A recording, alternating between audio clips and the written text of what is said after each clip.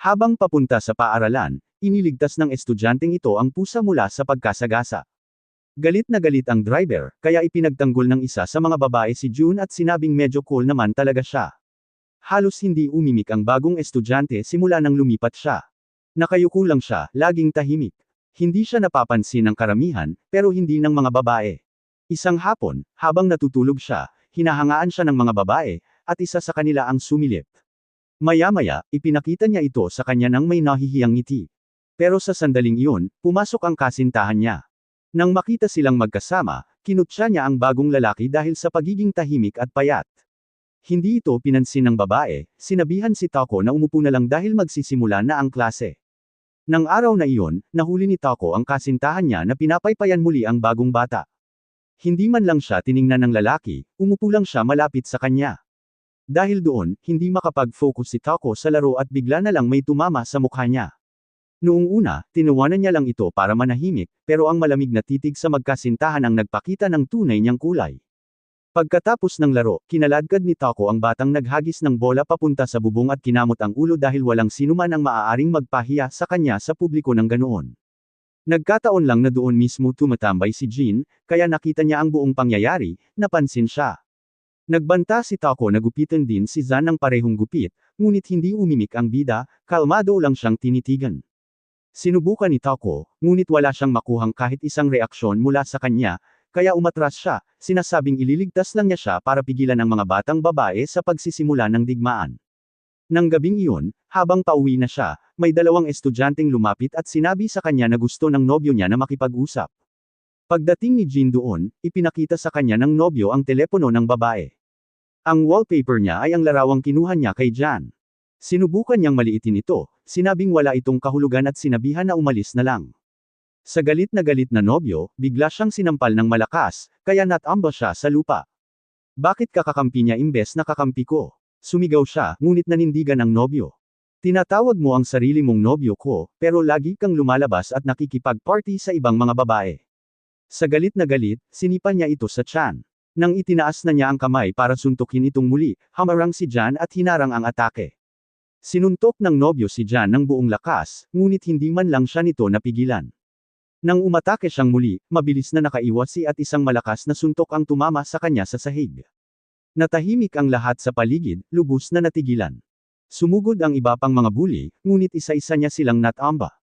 Pagkatapos ay bumalik siya sa kasintahan at sinimulang suntukin ito ng paulit-ulit hanggang sa huminto ang mga babae para pigilan ito. Doon niya napagtanto na ang tahimik na bata ay hindi lamang basta tahimik. May dala itong nakatagong kadiliman sa loob. Pagbalik sa simula ng insidente mula sa pananaw ni Miriam, na paglabas niya ng paaralan ay nakita ang mga batang lalaki na tinatawag si Jason at sapilitang dinadala siya kung nasaan si Tax, nakatayo lang siya roon at pinapanood kung ano ang nangyayari.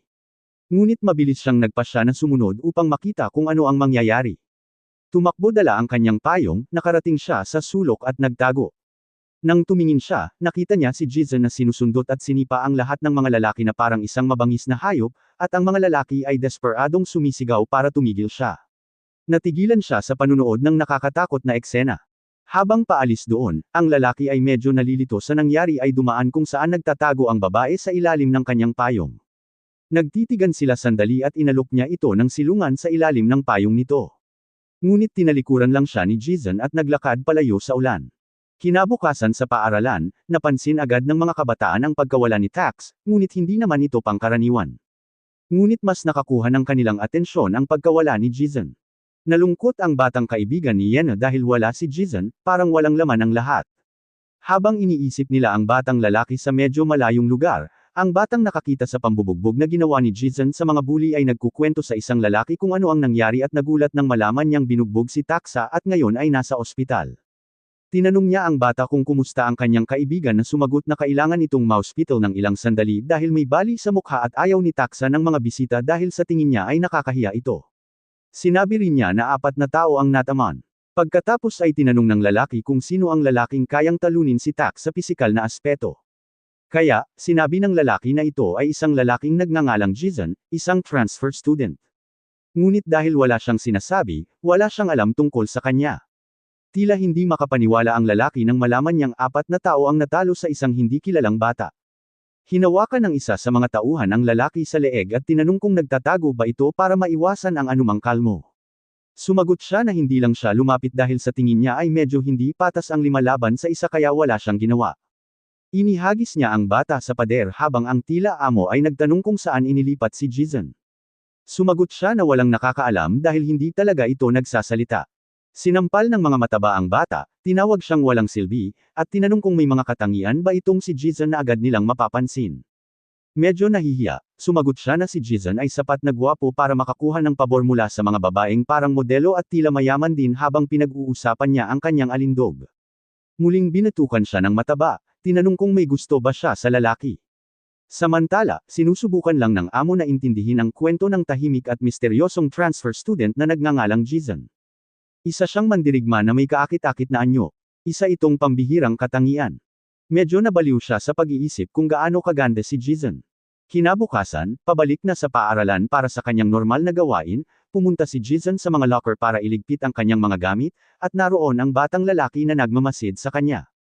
Inutusan siyang imbestigahan kung anong klaseng tao si Jizon. Ngunit sa harap ng galit na titig ng amo, pumayag na lang siya na imbestigahan niya ang bata. Ngunit nang dumating ang oras para gawin ito, ikinalungkot niya ang pagiging nasa ganoong sitwasyon. Binuksan ni Jizon ang kanyang locker, na halos walang laman. Nagsimulang mag-vibrate ang telepono sa loob, na nakatanggap ng mga mensahe. Kinuha niya ang telepono para tingnan kung ano ang mga mensahe, binati ito at sinabing natanggap niya ang teleponong iyon ng libre. Lumang telepono iyon, ngunit gumagana ang XT talk at maririnig ng nasa kabilang linya ang anumang mga alalahanin ni Jizon. Lumingon ang bida para tingnan kung may nagmamasid sa kanya, ngunit hindi niya nakita ang alinman sa dalawang nagtatago. May isang batang babae na nagbigay ng telepono kay Jizon at kinakabahan sa sitwasyon, ngunit tila wala itong pakialam dito at iniwan na lang ang telepono sa ibabaw ng locker at mahinahong naglakad palayo.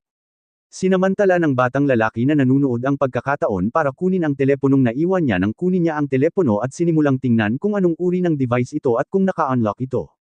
Nontog siya mula sa likuran dahilan para matambo siya sa lupa. Pagkatapos, kinuha ng batang babaeng nakabangga sa kanya ang telepono at tumakbo palayo.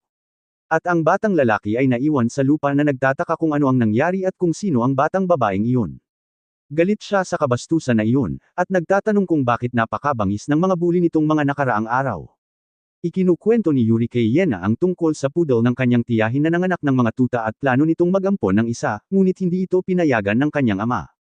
Ngunit napansin niyang hindi nakikinig si Yena dahil muli siyang nawala sa pag-iisip at tinanong kung nag-aalala ba siya kay Jizon dahil pangalawang araw na nitong hindi pumapasok sa klase. Ngunit nang tumingin siya sa unahan, nakita niya si Jizon. Doon ito nakatayo ng matangkad at walang buhay na nakatingin. Nang makita ito ni Yena na papalapit, nawalan siya ng imek. Mabilis niyang ibinigay ang kanyang mga gamit sa kanyang kaibigan at tumakbo patungo sa bata, niyakap ito ng mahigpit, na ikinagulat ng lahat sa nangyari. Habang lumuluha, sinabi niyang nag-aalala siya para sa kanya at tinanong kung ayos lang ba ito at sinabing hindi niya malilimutan na iniligtas nito ang kanyang buhay. Kinumpirma ng batang nagmamasid ang kanyang pahayag na gustong-gusto ng mga babae si Jizon at binanggit ang mga detalye tungkol kay Jizon sa kanyang telepono, sinabing medyo nahuhuli siya sa pagdating at gusto siya ng mga babae, ngunit hindi pa rin siya nagsasalita. Sa pagtatapos ng araw, paalis na ng paaralan, tinahak ng bida ang parehong landas gaya ng dati, at may ilang mga lalaking naghihintay sa kanya na dumaan doon. Nang makita ang lalaki, napansin nila na talagang namumukod tangi siya sa ibang mga lalaki. Sumenyas siya sa kanyang kasama gamit ang isang sipol. Sumakay sila sa kanilang mga scooter sa likuran ng lalaki, pinalibutan siya, sinusubukang takutin siya para hindi siya umalis. Tinanong nila kung siya si Jizon, at gaya ng inaasahan, hindi sumagot ang lalaki, ngunit ang kanyang katahimikan ay nagpatunay na siya ang kanilang hinahanap. Pagkatapos ay inutusan siya ng lalaki na sumakay sa motorsiklo dahil sunduin niya ang lalaki. Tinanong niya si Jizon kung narinig na niya ang pangalan ni Kung Duho mula sa Gizio Technical High School at sinabing pagtungtong niya sa ikalawang taon, naging alamat na siya nang makapasok sa top 3 sa paaralan at walang hindi nakakakilala sa kanya dahil ibang dimensyon ito mula sa paaralan ni Jizon na tambayan ng mga nerd. Sinabi niyang gusto siyang makilala ni Kung. Sinabi niyang hindi niya kailangang matakot dahil hindi pa siya mamamatay sa ngayon. Isa lamang itong imbitasyon. Ngunit tumayo ang bata at iniwan silang galit habang sinisigawan nila siyang sumakay sa motorsiklo. Pagkatapos, kinuha ng isa sa mga lalaki ang kanyang backpack at tinanong kung gusto ng bata na sumakay sa motorsiklo matapos itong mabalihan ng mga binti. Sinabihan niya itong sumakay habang mabait naman siya. Iniwan na lang ni Jizan ang kanyang backpack at nagpatuloy sa paglalakad. Galit na galit ang mga lalaki kaya mabilis nilang hinabol ang bata. Pumasok ang bata sa unang eskinita na nakita niya sa kanyang dinaraanan. Isa sa mga lalaking sumubok na sumunod sa kanya ay hindi nakasunod sa liko at bumangga sa pader, ngunit patuloy na hinabol ng isa pang lalaki si Jizan. Kahit isang malaking hagdanan ay hindi napigilan ang lalaki. Mabilis siyang umakyat sa hagdan gamit ang kanyang motorsiklo. Nang muntik na niyang maabyutin ang bata sa gitna ng hagdan, sa pamamagitan lamang ng isang maliit na sipa sa isa sa mga basurahan, itinaas ni Jizan ang basurahan at sinipa ito patungo sa nakasakay sa motorsiklo, dahilan para mahulog ito sa buong hagdanan kasama ang motorsiklo at lahat ng bagay. Natamba sa ibabaw ng isa pang magnanakaw na kara-rating lang matapos bumangga sa pader. Pinanood ang pagbagsak ng motorsiklo pababa ng hagdan, tinanong ng lalaki ang isa pa kung ano ang kanyang ginawa. Tumayo sila at tumakbo para subukang habulin ang batang nakatakas. Nakita nila itong lumiko sa isa pang kanto. Mas bumilis silang tumakbo para maabyutan ang bata.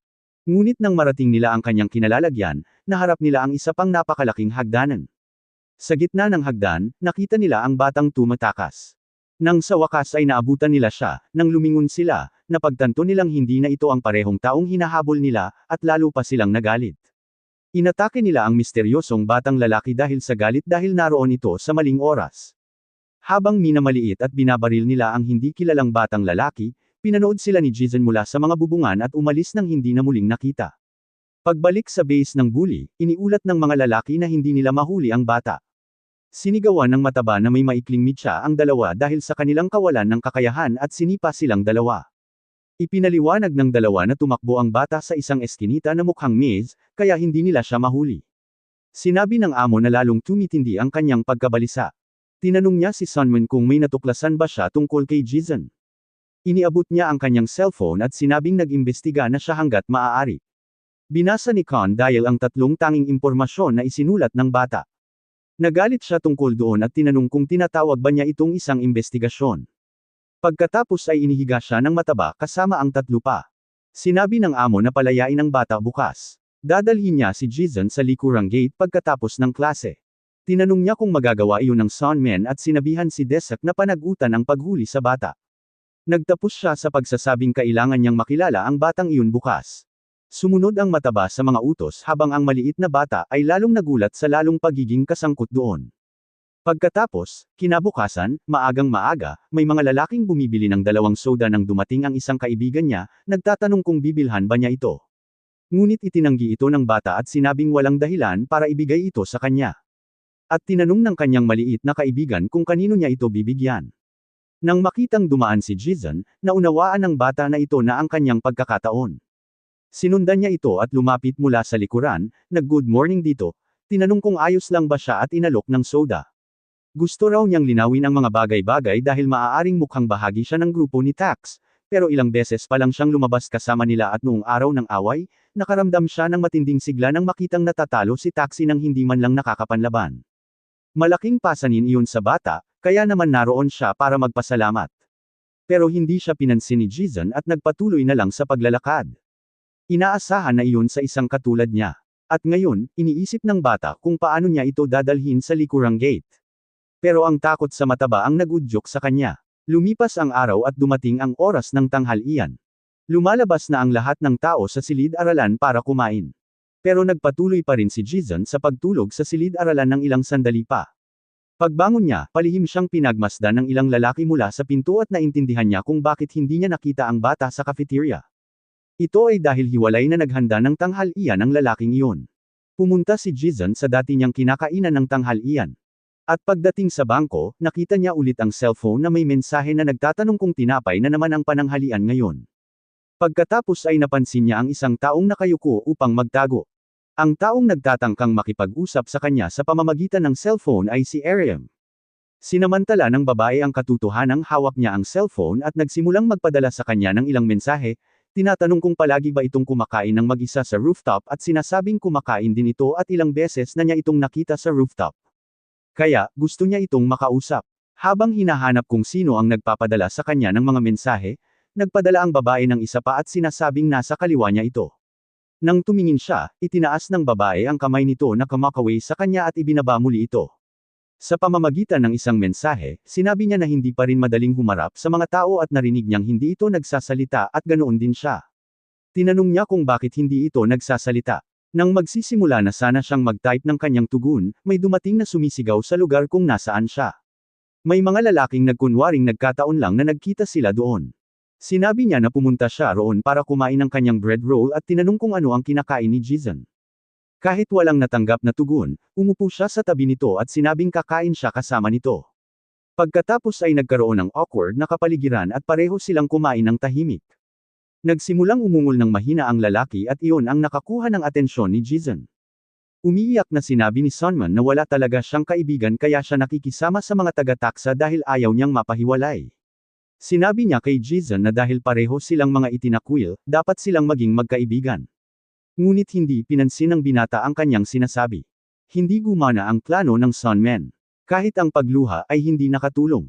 Tumayo ang ating bida para umalis, ngunit ayaw ng binata na mawalan ng saysay ang kanyang pagsisikap. Hinawakan niya ang kanyang braso, tinatanong kung magkaibigan ba sila o hindi. Gaya ng inaasahan, hindi niya ito pinansin. Umalis na lang siya, iniwan ang hanggal na naghihintay ng sagot. Maya-maya, malapit nang umalis, nagmensahe si Desek sa binata at tinatanong kung nasaan siya at kung bakit hindi niya dinala si Jason sa kanya. Patapos na ang klase ng guro at desperado na ang binata, iniisip kung paano niya gagawin iyon. Hindi siya sumuko at hinabol ang kanyang target. Hindi niya ito mahanap kahit saan at lalong naging desperado, iniisip na baka nakaalis na ito. Pagdating sa silid-aralan ng ikalimang baitang, hindi niya ito nakita noong una, ngunit nakita niya ang batang lalaki na nakaupo sa harap ng bintana at pinapanood ang mga galaw sa labas. Mukhang kumukuha ito ng isang patalastas bago umalis. Mas maraming mensahe mula sa matatabang batang lalaki na nagtatanong kung gaano katagal ito aabutin ang nag-udyok sa batang lalaki na kumilos ng mabilis. Pagkatapos ay tinawagan niya si Jason para makausap. Sinabi niya na tinawagan niya ang kanyang ina at sinabing nagkaroon na siya ng kaibigan at tuwang-tuwa ito at sinabi niya na isama ang kanyang bagong kaibigan sa kanyang trabaho para makilala niya ito. Tinanong niya si Jason kung pwede siyang sumama para magpanggap na kaibigan niya. Inisip ng ilang lalaki na kung gagamitin niya ang kanyang ina bilang Cain, hindi siya makakatanggi at hinintay niya ang tugon ng bata. Dahil wala siyang sinabi, lumapit siya rito para ihatid ito, ginabayan ang bata kung saan ito dapat pumunta. Sinasabing para makarating sa trabaho ng kanyang ina, kailangan nilang lumabas sa likurang gate para mas mabilis. Alam niya na sa lugar na iyon, kung isa kang inosente, hindi ka mabubuhay ng matagal. Sinamantala niya ang pagkakataon para babalaan ang matatabang bata na dumadaan sila sa likurang gate. Palihim na dumaan ang matatabang bata kay Jason at nabangga ang bata ng may malakas na puwersa. Nawalan ng balanse ang bata at muntik ng matamba sa lupa. Ngunit nahawakan siya ni Desek sa tali ng kanyang backpack, sinabing dapat siyang mag-ingat, at kung madali siyang susuko, walang dahilan para maghintay ng ganito katagal ang amo.